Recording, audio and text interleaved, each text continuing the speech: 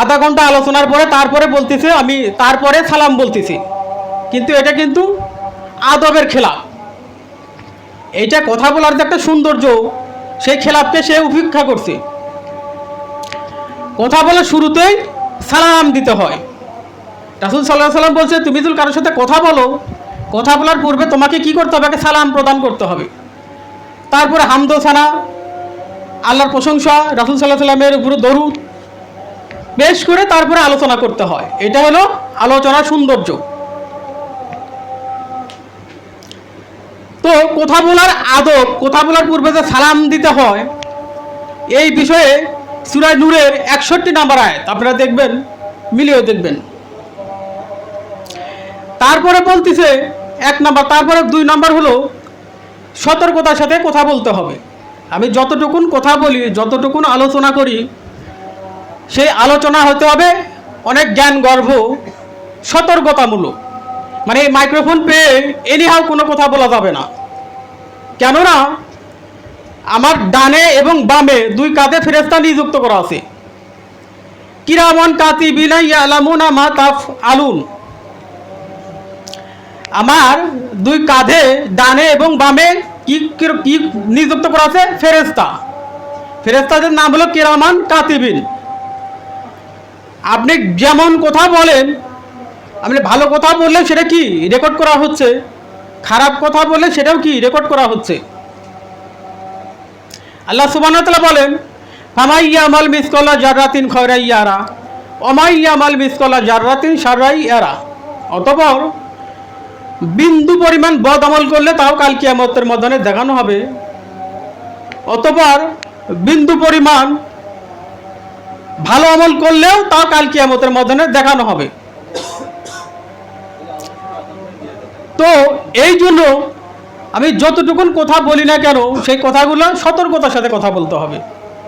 এ নিয়েও কোনো কথা বলা যাবে না, যেহেতু কিরামান কাতিবিন ইয়ালামুনা মা তাফআলুন। অর্থাৎ কিরামান কাতিবিন এটা কি করছেন? 24 আওয়ার্স এটাকে রেকর্ড করছেন, এটাকে লিপিবদ্ধ করছেন। 2 নম্বর। 3 নম্বর হলো সুন্দর ও উত্তমভাবে কথা বলতে হবে। আমি যতটুকুন কথা বলি সেই কথাগুলো অনেক সুন্দর হতে হবে, যেন শ্রোতারা আমার কথা শুনে। আমি ঘন্টার পর ঘন্টা আলোচনা করে যাচ্ছি, কিন্তু শ্রোতাদের প্রতি আমার কোনো কুক্ষেপ নাই। আমার আলোচনা শ্রোতারা কীভাবে নিচ্ছে এইটার প্রতি আমার কোনো ধারণা নাই। আমি মাইক্রোফোন পেয়েছি, সময় আছে 1 ঘন্টা 1.5 ঘন্টা, আমি শুধু আলোচনা করতেছি, শ্রোতাদের প্রতি আমার কোনো রকম ধারণা নেই। কিন্তু যে বক্তা, এখানে রাসূল সাল্লাল্লাহু আলাইহি ওয়াসাল্লাম বলছেন যে, রাসূল সাল্লাল্লাহু আলাইহি ওয়াসাল্লাম, অনেক জ্ঞানীরা বলে থাকেন যে ভালো বক্তা হতে গেলে ভালো শ্রোতা হতে হয়।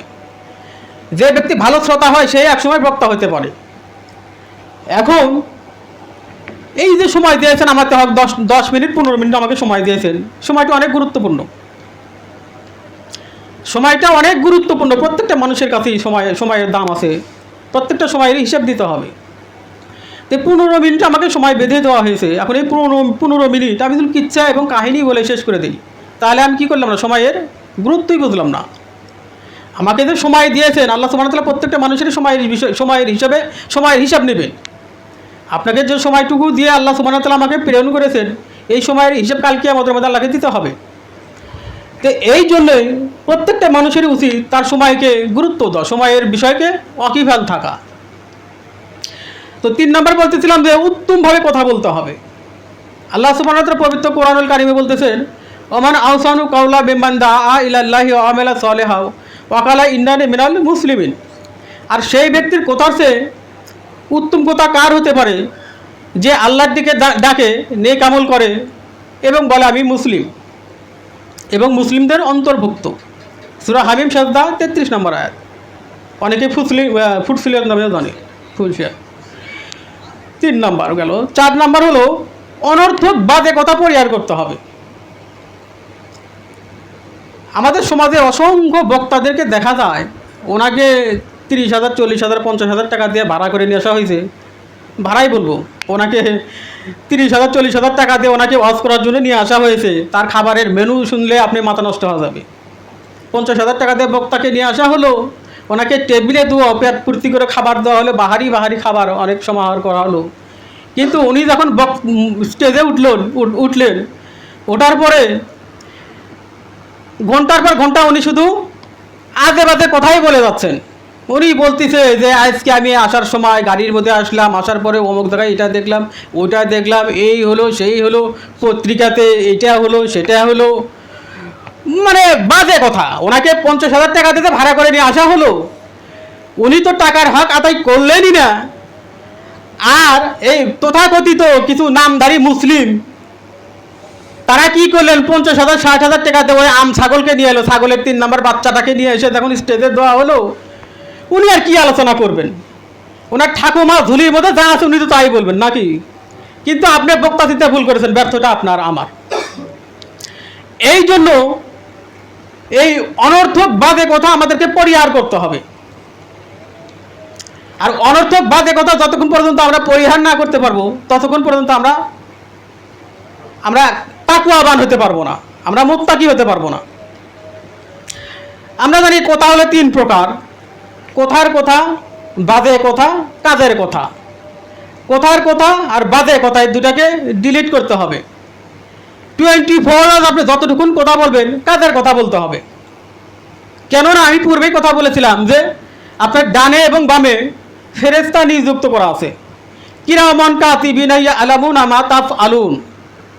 অর্থাৎ আপনার ডানে এবং বামে এই ফেরেশতাগুলো কি করেন, সব সময় 24 আওয়ার্স কি করেন, আপনার আমলগুলো লিখতে থাকেন। কিন্তু বোঝার বিষয় হলো, আপনি যখন ভালো নিয়ত করেন, ভালো কাজ করেন, তখন এই ফেরেশতারা কি করেন, আল্লাহকে বলেন যে আপনার বান্দা ভালো কাজ করেছে, তাহলে এখন আমি কি করব? তখন আল্লাহ বলে যে তুমি লিখে দাও যতটুকু ভালো কাজ করছে, 10 থেকে 700 থেকে আরও তুমি বাড়িয়ে লেখো। কিন্তু যখন খারাপ কাজ করে বা খারাপ কাজের নিয়ত করে, তো তখন বলে এ আল্লাহ, আপনার এই বান্দা অনর্থক বাজে কাজ করে ফেলেছে, খারাপ কাজ করে ফেলেছে, এখন কি করব? তখন আল্লাহ বলে যে তুমি একটু ধৈর্য ধরো, সবর করো, দেখো উনি তওবা করে কিনা। আমরা জানি প্রত্যেক আদম সন্তানই কি ভুলকারী।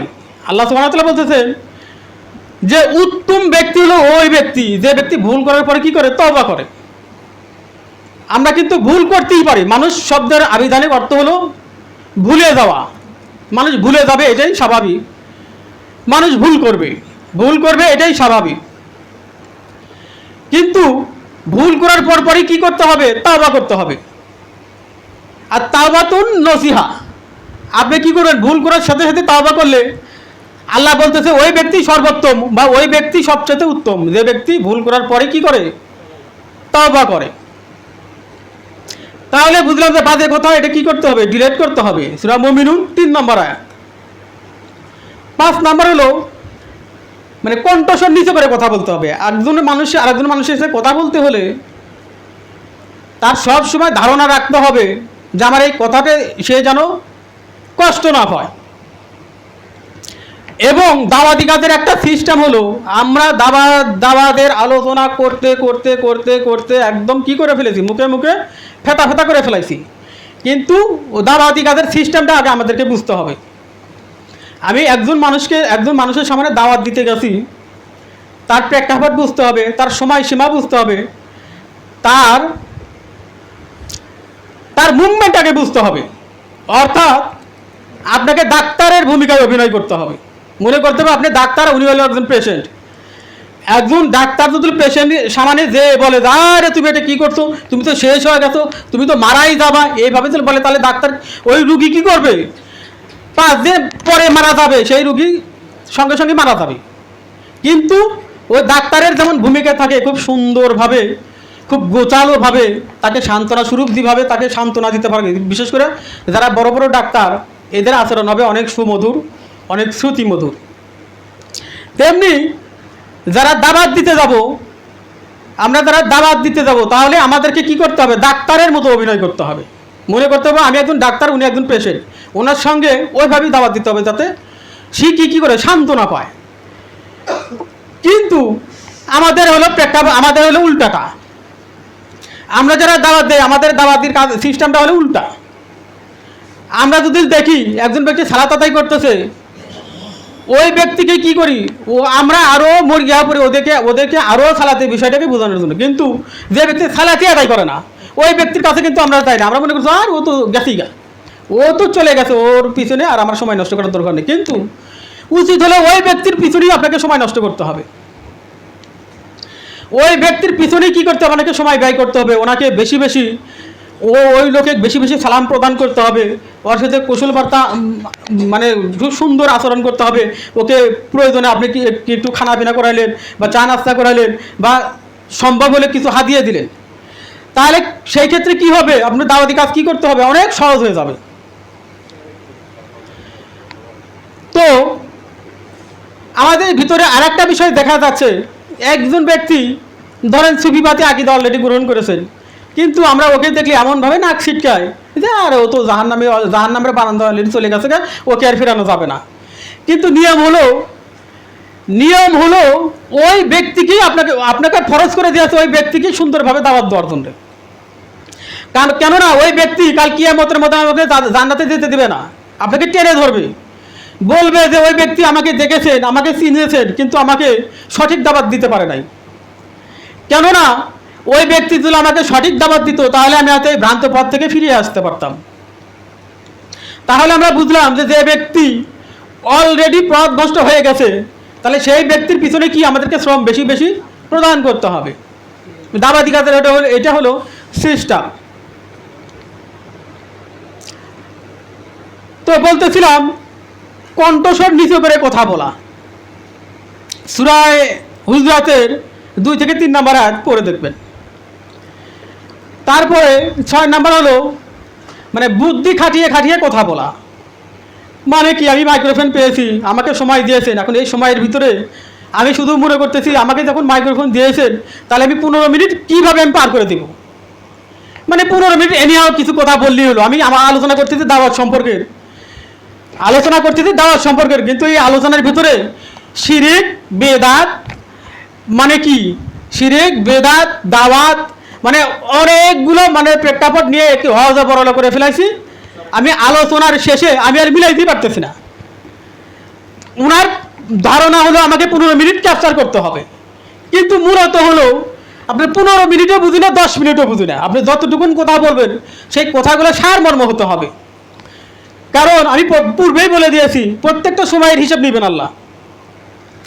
সূরা আসরে যেমন বলতেছে ওয়াল আসরি ইন্নাল ইনসানা লাফি খুসর, সময়ের কসম বলতেছি, আল্লাহ বলতেছে সময়ের কসম, নিশ্চয় মানুষ ক্ষতির মধ্যে নিবেদিত, কাম সেরে ফেলেছেন, সময় শেষ। বলতেছিলাম বুদ্ধি খাটিয়ে খাটিয়ে কথা বলতে হবে। যতটুকুন সময় আমাকে দিয়েছেন এই সময়টুকুর মধ্যে বুদ্ধি খাটিয়ে খাটিয়ে কথা বলতে হবে, কোরআন এবং হাদিসের বাইরে যাওয়া যাবে না।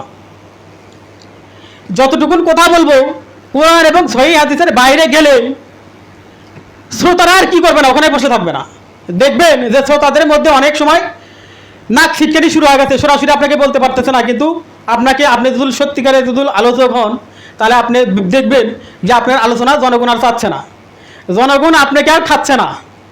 তাহলে সেই ক্ষেত্রে কি করতে হবে, আপনাকে সঙ্গে সঙ্গে আলোচনা ছেড়ে দিতে হবে এবং বুদ্ধি খাটিয়ে খাটিয়ে কথা বলতে হবে। সেই বুদ্ধি খাটিয়ে খাটিয়ে এনিহাও কোনো কথা বলা যাবে না, কোরআন এবং সহিহ হাদিসের অনুযায়ী কথা বলতে হবে, তার নিরিখেই কথা বলতে হবে। সেই সময় এবং সীমা অতিক্রম করা কোনো ক্রমেই সম্ভব হয়ে যাবে না। তারপর হলো আমার আলোচনা যেহেতু সময় আমি যে আলোচনাটা নোট করেছিলাম মানে অনেক সময়ের বিষয়, মানে 14টা পয়েন্ট নিয়ে আসছিলাম, সময় অনেক সংক্ষিপ্ত। আবার যদি কোনো সময় সুযোগ হয় আলোচনা করার চেষ্টা করব। এই বলে আমার সংক্ষিপ্ত আলোচনা এখানে শেষ করলাম। আমা তৌফিক ইল্লা বিল্লাহ। সুবহানাকা আল্লাহুম্মা ওয়া বিহামদিকা আশহাদু আল্লা ইলাহা ইল্লা আনতা আস্তাগফিরুকা ওয়া আতুবু ইলাইক। আসসালামু আলাইকুম ওয়া রাহমাতুল্লাহি ওয়া বারাকাতুহু।